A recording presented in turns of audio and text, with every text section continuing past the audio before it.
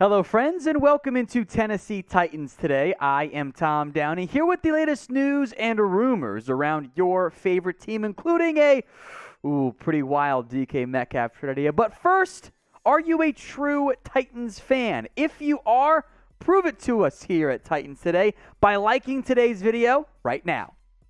We begin with a trade, I'm going to call it idea, on DK Metcalf. Fan-sided, do we? Sometimes they're good, sometimes they're not, as with any opinion, right? Laid out 3 teams that could trade for DK Metcalf, including the Tennessee Titans. Now, it is worth mentioning, and I'm going to do it multiple times, since it needs to be reminded to people, that Tennessee had A.J. Brown, a prime, young, talented receiver from Ole Miss who wanted a big, fat new contract, and they traded him away this offseason, which is exactly what DK Metcalf currently is. Here's what Fansided wrote. Tennessee is coming off a season where they won the number 1 seed in the AFC, but their postseason ended after just 1 game. They have the talent to win now, but could be held back by their receiving core, which is why targeting Metcalf makes so much sense for them. This would be true if Tennessee didn't literally just have A.J. Brown and sent him away. The reasoning why they moved A.J. Brown, who, by the way, is claiming on to be the greatest receiver in Titans history, he's not. It's Derek Mason slander, but I digress.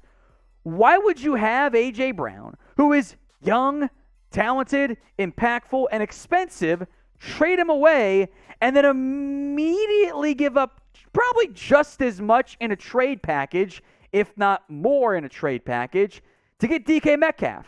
It's having 6 of one and then saying, we don't want the 6, we want half a dozen of the other.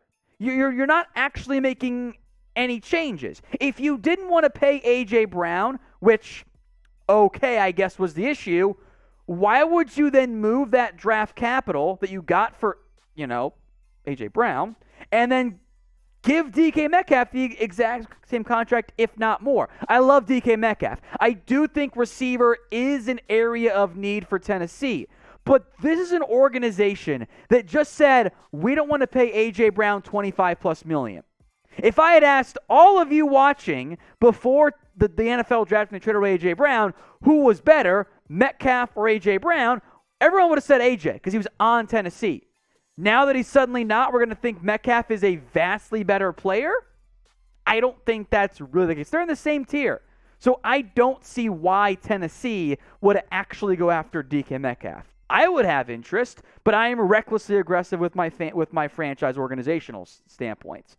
I don't think Tennessee's there. What do you think, though? Would you trade for DK Metcalf? Type in T for trade, or you can type in P for pass. Let's stick with our wide receiver conversation here.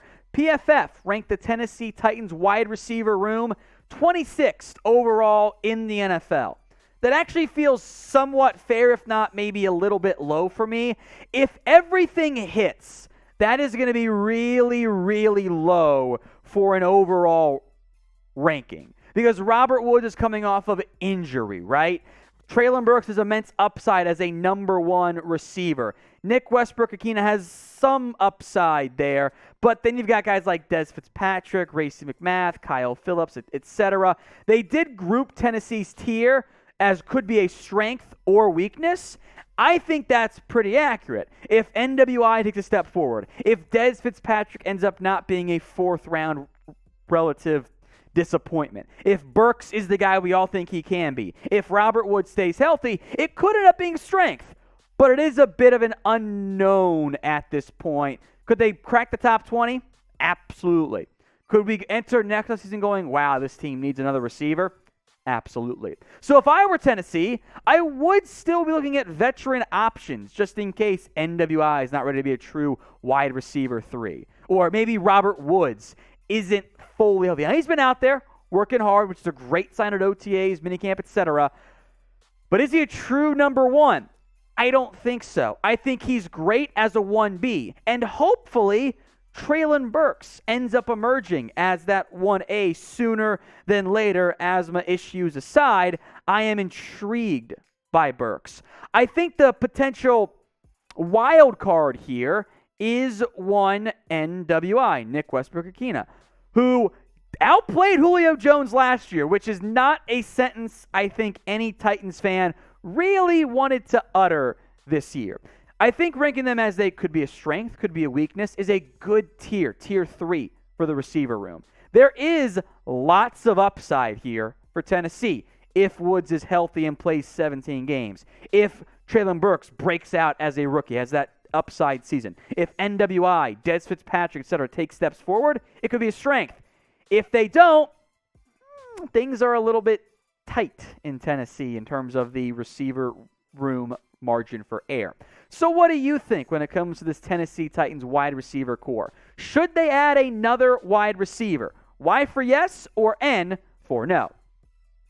We won't spend too much time on these. We've talked about them a lot here in the past. Some free agent wide receivers for Tennessee. Odell Beckham, if you trust his medical. Will Fuller for some speed. T.Y. Hilton, reliable veteran, play inside and outside. Cole Beasley, slot receiver who's kind of aging. And I've always liked Emmanuel Sanders as well. And if you want to get wild, which again, I don't think they're going to, but if you just didn't like A.J. Brown, but you want to spend $25+ million per year on a wide receiver, the three big names, DK Metcalf, Deebo Samuel, and Terry McLaurin as well. If you love the Tennessee Titans, prove it. Help us get to 4,000 subscribers here on our Titans-only YouTube channel. If you haven't already, get that changed, folks. Hit that big red button and subscribe right now.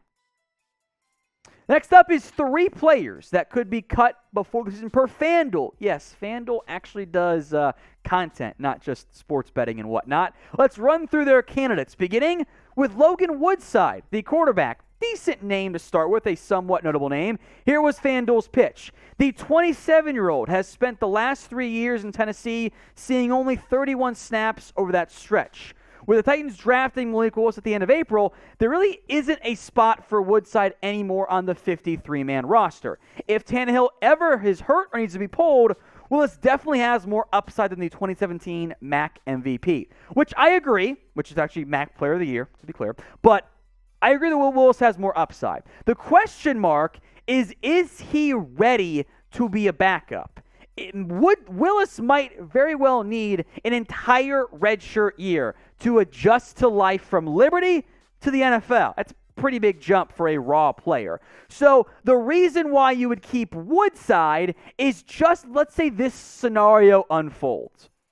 Tannehill has to enter concussion protocol for a series or two. Is Willis ready to not have major issues as a young, raw rookie? The hope is yes, but we will know that via the preseason. So you're not going to cut Woodside right now. These are all, more roster cut down times. If Willis is ready, yes, cut Woodside. If he's not, it's a cheap, viable veteran backup who you clearly have shown trust in the past. Next up is the UDFA kicker, Caleb Shudak. This is cheating. If you're putting a UDFA kicker on your cut candidate list, you should have picked a different name. No shit, the rookie UDFA is a cut candidate. Every single one of them are less likely to make the team than they are to actually make it because they're undrafted free agents.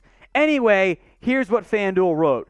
The hope is that he, a.k.a. Shudak, can provide veteran Randy Bullock with some competition at training camp, but that doesn't mean the rookie will likely make the roster. For starters, Randy Bullock was actually good solid last season, hitting 93.3% of his field goals and averaging 63.8 yards per kick. Embarrassing note for Fanduel, math is hard, that's factually inaccurate. Randy Bullock hit 83.9% of his field goals. The 93.3 mark was his extra points. So, oopsie, we didn't do math very well, Fanduel. Everyone type L in the comments section. While you're down there, make sure you let us know a player you think the Titans should cut. Randy Bullock is not guaranteed a spot because he didn't hit 93% of his kicks. He hit 83.9. Who do you think Tennessee could cut? Let me know, or should cut, I should say. Let me know in the comments section right now. The last name is one I agree with. That is Buster Skrine, who is he's just not that good. And I've made my point in the past. I'll let Fanduel make it this time. While quarterback was a position of weakness, first off, no, it's not. What are we doing, Fanduel? The Titans now have 10 in their control according to Spotrac. Again, sure, the UDFA's count there. Skrine isn't getting any younger, turning 33 in April. Unless he's a camp to remember, he may need to look for a new team come September. You guys rhyming out here? Really, Fanduel? Anyway, Skrine is veteran insurance right now. Christian Fulton, who I love, is CB1. Hoping Caleb Farley takes a big step forward. You have Elijah Mold and Roger McCreary.